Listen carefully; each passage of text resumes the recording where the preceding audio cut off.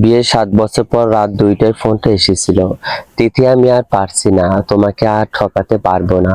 ওপাশে রাহুলের গলা কাঁপছিল, সাথে একটা মেলে হাসির শব্দ। সেদিনই তিথির প্রথম সংসার শেষ হয়ে গিয়েছিল। কাগজে কলমে ডিভোর্স হতে ৮ মাস লেগেছিল, আর মন থেকে ডিভোর্স হতে সেটা আজও হয়নি। ২ বছর কেটে গেছে। রাজশাহীর ছোট ফ্ল্যাটে তিথি এখন একা। সকালে স্কুলে পড়ায়, বিকেলে টিউশনি। বাবা মা ফোন করে রোজ একই কথা বলে, আর কতদিন এভাবে থাকবি মা? আজ শনিবার, বান্ধবী নিশার জোরাজুরিতে একটা বিয়ে বাড়িতে এসেছে তিথি।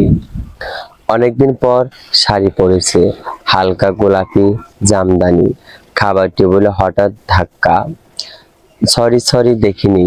মাথা তুলে তিথি দেখলো ৩৫-৩৬ বছর একটা লোক, চোখে চশমা, হাতে একটা বাচ্চার প্লেট। সমস্যা নেই বলে তিথি সরে যাচ্ছিল, লোকটার পিছন থেকে ডাকলো, আপনি কি তিথি ম্যাম? রাজশাহী গার্লস স্কুলের। তিথি ঘুরে তাকালো, হ্যাঁ, কিন্তু আপনি? আমি অনির্বাণ, আপনার ছাত্রী মিতুর বাবা। মিতু আপনার কথা রোজ বাসায় বলে। লোকটা হেসে বলল, চোখের নিচে হালকা কালি, কিন্তু হাসিটা শান্ত। নিশা পাশ থেকে ফিস ফিস করে বলল, এই সেই ভদ্রলোক। বউ মারা গেছে ৩ বছর, একটা ৬ বছরের মেয়ে আছে। খুব ভালো মানুষ শুনেছি। তিথির বুকের ভেতরটা মোচড় দিয়ে উঠল। দ্বিতীয় বিয়ে শব্দটা শুনলেই গা গুলিয়ে আসে। খাওয়া শেষে বের হওয়ার সময় অনির্বাণ আবার সামনে পড়লো, হাতে একটা ছোট্ট গিফট ব্যাগ। মিতু এটা আপনাকে দিতে বলেছে। বলেছে ম্যামকে না দিলে ওর সাথে কথা বলবে না। ব্যাগের ভেতর একটা হাতে আঁকা কার্ড, তাতে আঁকা বাঁকা হাতে লেখা, ম্যাম, আপনি কি আমার নতুন মা হবেন? বাবা একা একা থাকে। তিতির হাত কাঁপতে লাগলো, কার্ডটা ধরে রাখতে পারলো না। অনির্বাণ তাড়াতাড়ি বলল, সরি, ও বাচ্চা মানুষ, না বুঝে। তিতি কিছু বলতে পারলো না, শুধু মাথা নিচু করে গাড়িতে উঠে গেল। সারা রাত ঘুম এলো না। ৭ বছরের সংসার, বিশ্বাস ভাঙায়, একা থাকার অভ্যাস, সব একসাথে মাথার মধ্যে ঘুরছিল। সকালে ফোনে একটা মেসেজ, অজানা নাম্বার, আমি অনির্বাণ। মিতু সকাল থেকে কান্না করছে, বলেছে ম্যামকে কষ্ট দিয়েছে। আপনি কি কাল একবার আমাদের বাসায় আসবেন? শুধু 10 মিনিটের জন্য, প্লিজ। তিথি ফোনটা হাতে নিয়ে জানালার বাইরে তাকালো। রাজশাহীর আকাশে আজ মেঘ করেছে। সকাল 11টা। তিথি দরজার সামনে 10 মিনিট ধরে দাঁড়িয়ে আছে, হাতে মিতুর জন্য চকলেট আর একটা গল্পের বই। আসবো না, ফিরে যাব, এই ভাবতে ভাবতে দরজা খুলে গেল। সামনে মিতু, 6 বছর বয়স, দুটো বেনি, চোখ ফোলা।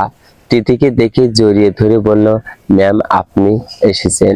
বাবা বলেছিল আপনি রাগ করে আসবেন না। পেছন থেকে অনির্বাণ বের হলো, পরনে পাঞ্জাবি। রান্নাঘর থেকে ভাতের গন্ধ আসছে। আসুন ম্যাম। সরি, সকালে এভাবে মেসেজ করার জন্য। ও সারা রাত ঘুমায়নি। ড্রয়িং রুমটা ছোট কিন্তু গোছানো। এক কোণে মিতুর ছবি আঁকা জিনিসপত্র, দেওয়ালে একটা ফ্রেমে একটা মেয়ের ছবি। হাসি খুশি বোধ হয় মিতুর মা। তিথির সোফায় বসলো, 10 মিনিটের কথা মনে করে ঘড়ি দেখলো। মিতু তিথির পাশে ঘেঁষে বসে বলল, ম্যাম, আপনি কি রোজ আমাদের বাসায় ভাত খাবেন? বাবা রান্না ভালো পারে না, শুধু ডাল আর ডিম ভাজি। অনির্বাণ লজ্জা পেয়ে বলল, মিতু, ঠিকই তো বলেছি। মুখ ভেকসি কাটলো মিতু। তিথি হেসে ফেললো, অনেকদিন পর। আচ্ছা, আজ আমি রাঁধবো, তোমরা কি খাবে? অনির্বাণ অবাক। না না, আপনাকে কষ্ট করতে হবে না, আপনি গেস্ট। 10 মিনিটের গেস্ট রান্নাও করতে পারে বলে তিথিটি উঠে রান্নাঘরে চলে গেল। 30 মিনিট পর টেবিলে গরম ভাত, আলু ভাজি, মাছের ঝোল। মিতু মহা খুশি। বাবা দেখো, ম্যামের হাতের রান্না। খাওয়ার সময় অনির্বাণ আস্তে করে বলল, মিতুর মা ক্যান্সারে মারা গেছে 3 বছর আগে। তারপর থেকে আমরা দুজন, কাউকে অভ্যাস করতে ভয় লাগে। তিথি চুপ, নিজের কাপের পানি নাড়ছিল। হঠাৎ মিতু বলল, বাবা, তুমি ম্যামকে বিয়ে করবে? তাহলে আমি রোজ গল্প শুনতে পারবো। টেবিলে পিনপতন নীরবতা। অনির্বাণ তাড়াতাড়ি বলল, মিতু, বড়দেরও মধ্যে কথা বললো না। তিথি উঠে দাঁড়ালো। আমার যাওয়া উচিত, স্কুল আছে। দরজা পর্যন্ত এগিয়ে দিতে এসে অনির্বাণ বলল, আপনাকে বিব্রত করার জন্য সরি। মিতু আসলে ও মা চাই। তিথি কিছু বলল না, শুধু নামার সময় পেছনে ফিরে বলল, পরশু মিতুর জন্মদিন না? স্কুলে বলেছিল। হ্যাঁ, কেক আমি বানিয়ে দেব যদি আপনাদের আপত্তি না থাকে। গাড়িতে উঠে তিতির বুক ধড়ফড় করছিল। এটা কি মায়া, নাকি নতুন করে ঘর বাঁধার ভয়? রাতে আবার মেসেজ, অনির্বাণ। মিতু জিজ্ঞেস করছে, কাল আপনি আসবেন কিনা? আমি কিছু বলিনি, সিদ্ধান্ত আপনার। তিথি রিপ্লাই দিল না, জানালা দিয়ে বাইরে তাকিয়ে রইল। আকাশে মেঘ কেটে গিয়ে চাঁদ উঠেছে। তিথির হাতে ভ্যানিলা ফ্লেভারের কেক, উপরে লেখা হ্যাপি 70th বার্থডে মিতু। দরজা খুলে মিতু লাফ দিয়ে উঠল, ম্যাম, আপনি সত্যি এসেছেন। পেছনে বেলুন লাইটিং, ছোট করে আয়োজন, 5-6 জন, 4-5 জন বাচ্চা আর 2 জন প্রতিবেশী আন্টি। অনির্বাণ আজ নীল পাঞ্জাবি পরেছে। তিথিকে দেখে একটু অপ্রস্তুত হেসে বলল, আসুন, আপনাকে ছাড়া কেক কাটা শুরু করিনি। কেক কাটার সময় সবাই হাততালি দিল। মৃদু কেকের প্রথম টুকরোটা তিথির মুখে তুলে দিল। তুমি না থাকলে বাবা আজও ডিম ভাজি খাওয়াতো। সবাই হেসে উঠল। তিথি গাল লাল হয়ে গেল। বিকেলে বাচ্চারা চলে যাওয়ার পর অনির্বাণ আর তিথি ছাদে গেল। মৃদু ঘুমিয়ে পড়েছে ক্লান্তিতে।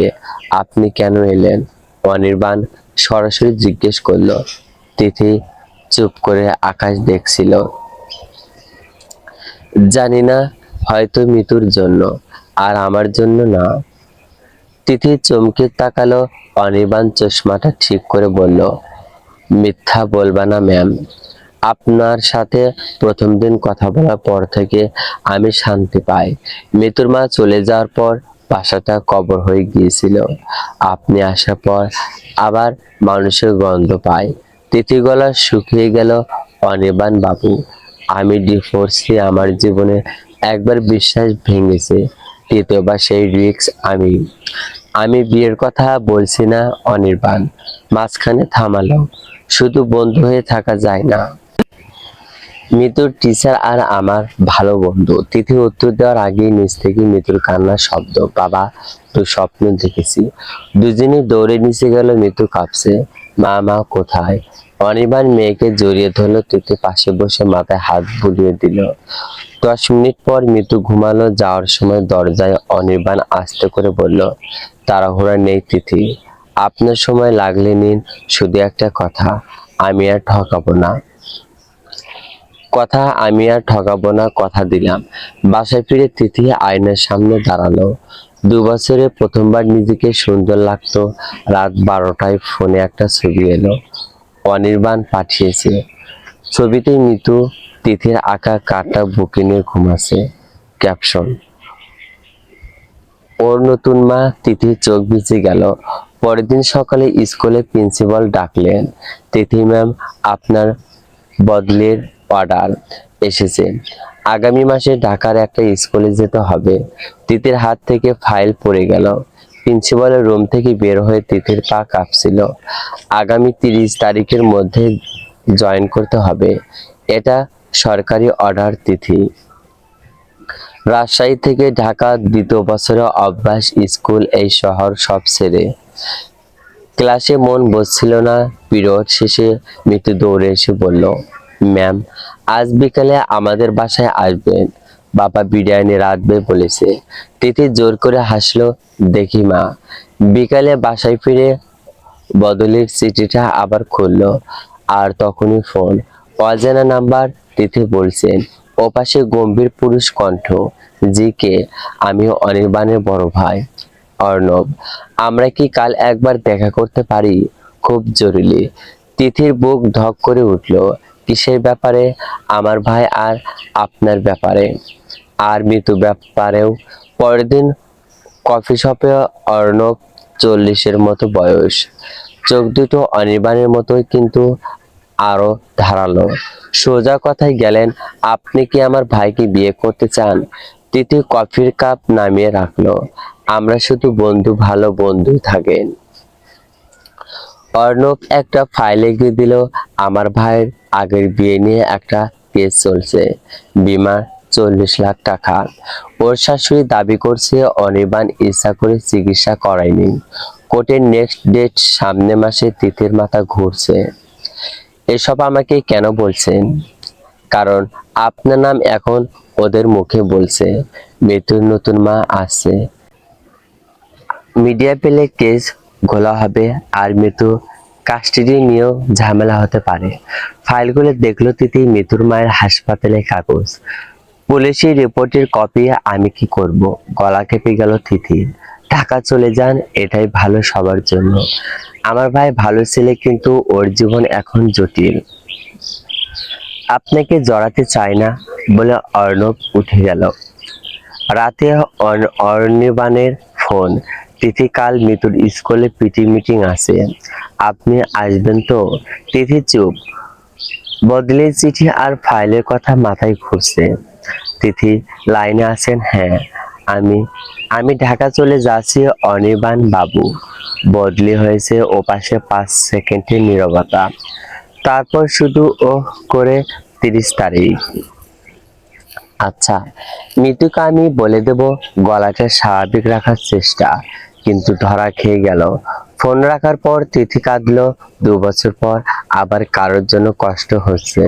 রাত 2টায় দরজায় টোকা, খুলে দেখে অনির্বাণ। চোখ লাল, হাতে একটা খাম। ঘুম আসছিল না, তাই চলে এলাম। এই নিন মৃত্যুর আঁকা ছবি। বলেছে ম্যাম ঢাকা গেলে যেন ভুলে না যায়। খামের ভেতর ক্রয়েস দিয়ে আঁকা 3জন মানুষ, একজন লম্বা, একজন ছোট, মাঝে তিথি, নিচে লেখা আমার পরিবার। অনির্বাণ চলে যাওয়ার সময় দরজায় দাঁড়িয়ে বলল, আপনি ঠিক সিদ্ধান্ত নিয়েছেন তিথি। আমার জীবন এখন ঝামেলা, আপনাকে টানতে চাই না। ভালো থাকবেন ঢাকায়। সে চলে গেল, আর তিথি দরজা বন্ধ করে ছবিটা বুকে চেপে বসে রইল। বাইরে আবার মেঘ ডাকছে। 28 তারিখ, যাহার আর 2 দিন বাকি। তিথি ব্যাগ গোছাচ্ছে, কিন্তু মনে পড়ে আছে রাজশাহীর ওই ছোট ফ্ল্যাটে সারাদিন অনির্বাণের ফোন আসেনি। মৃত্যুরও না। বুকের ভেতর ফাঁকা ফাঁকা লাগছে। রাত 9টায় কলিং বেল। দরজা খুলে দেখি মৃত্যু, একা, চোখ মুখ খোলা, হাতে একটা টিফিন বক্স। ম্যাম, বাবা আসতে দিল না, আমি একা একা চলে এসেছি। তিথি তাড়াতাড়ি ভেতরে নিল। তোমার বাবা জানে? মৃত্যু মাথা নাড়ালো। না, রাগ করবে, কিন্তু আপনি চলে যাবেন, তাই শেষবার দেখা করতে ইচ্ছা হলো। টিফিন বক্স খুলে দেখি গরম বিরিয়ানি আর একটা চিরকুট, অনির্বাণের হাতের লেখা, আমরা ভালো আছি, তুমি ভালো থেকো ঢাকায়। মৃত্যুকে সামলাতে পারছি না, ও শুধু তোমায় নাম করে, তোমার নাম করে। তিথির চোখে পানি। মৃত্যুকে জড়িয়ে ধরলো। তোমার বাবা রাগ করবে না? করবে মা। চলো তোমাকে দিয়ে আসি। রিক্সায় যেতে যেতে মৃত্যু বলল, ম্যাম, বাবা রোজ রাতে আপনার ছবি দেখে, ফোনে আপনার নাম্বার সেভ করে রেখেছে। টিচার নামে। অনির্বাণদের বাসায় সামনে রিক্সা থামলো। লাইট নেভানো। দরজা খুললো অনির্বাণ। তিথিকে দিকে ভ্রু কুঁচকালো। আপনি এত রাতে? মৃত্যুকে দিয়ে যেতে এসেছি। অর্ণব মৃত্যুকে কোলে তুলে নিল। বাবাকে ডিস্টার্ব করো না, ওর উপরে ঘুমাচ্ছে। চলে আসার সময় সিঁড়ি দিয়ে পায়ের শব্দ। অনির্বাণ নেমে এলো, টি শার্ট আর ট্রাউজার, চোখে ঘুম আর রাগ। তিথির দিকে তাকিয়ে বলল, এভাবে মেয়েকে নিয়ে এসেছেন কেন? ওর যদি কিছু হতো? তিথি মাথা নিচু করলো। সরি, ও জেদ করছিল। অনির্বাণ 2 সেকেন্ড তাকিয়ে রইল, তারপর আস্তে বলল, আপনি কাল সকালে যাবেন তো? হ্যাঁ। ভালো, সাবধানে যাবেন। আর কিছু না বলে মৃত্যুকে নিয়ে উপরে চলে গেল। তিথি রাস্তায় দাঁড়িয়ে রইল। বৃষ্টি শুরু হয়েছে। ফোনে একটা মেসেজ এলো, অজানা নাম্বার থেকে। আমি অর্ণব, কেসের কাগজে আপনার নাম উঠে এসেছে। শাশুড়ি বলেছে আপনি নাকি মৃত্যুর নতুন মা হতে চান।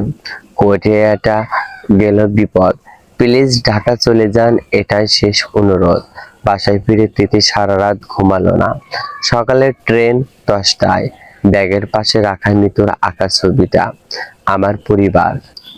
সকাল 9টা। রাজশাহী স্টেশন, তিথির হাতে টিকিট। ট্রেন ছাড়বে 10টায়। প্ল্যাটফর্মে ব্যাগ নিয়ে বসে আছে, ফোনে 3টা মিস কল, সব অনির্বাণের। রিসিভ করলো না, কষ্ট হবে বলে। 9টা 45 মিনিট।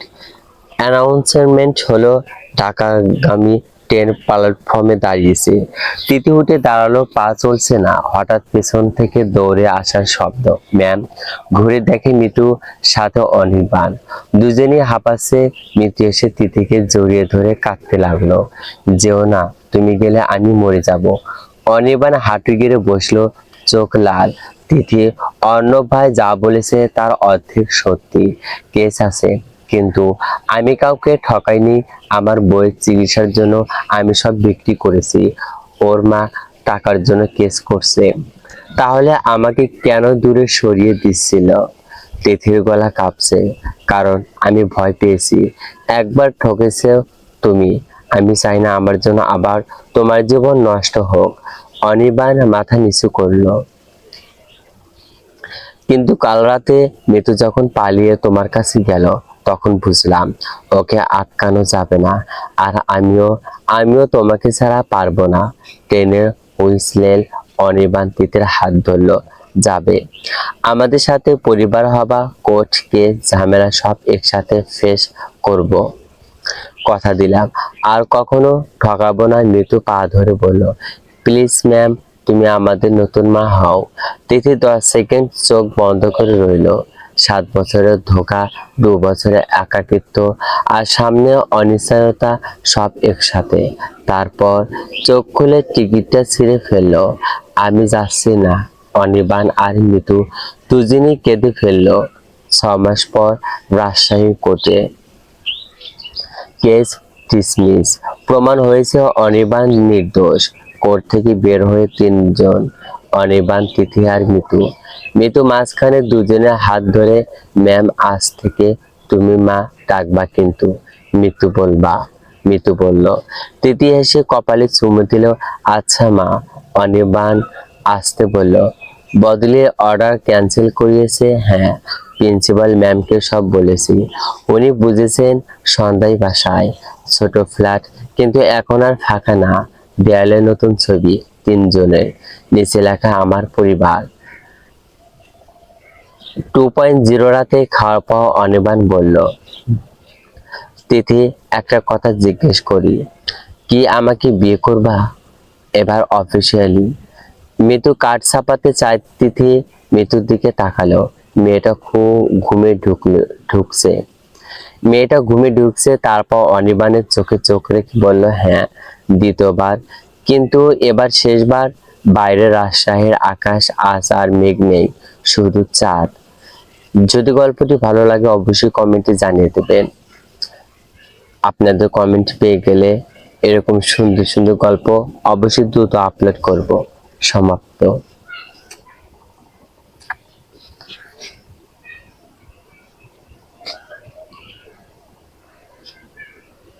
তিথি, অনির্বাণ, মৃত্যুর নতুন জীবন জন্য শুভকামনা। তিথি, অনির্বাণ, মৃত্যুর নতুন জীবনের জন্য শুভকামনা। প্লিজ চ্যানেলটি সাবস্ক্রাইব করবেন। গল্প কেমন লেগেছে অবশ্যই কমেন্টে জানাবেন। প্লিজ চ্যানেলটি সাবস্ক্রাইব করুন। নেক্সট গল্প পড়তে চাইলে কমেন্টে ইয়েস লিখে যান।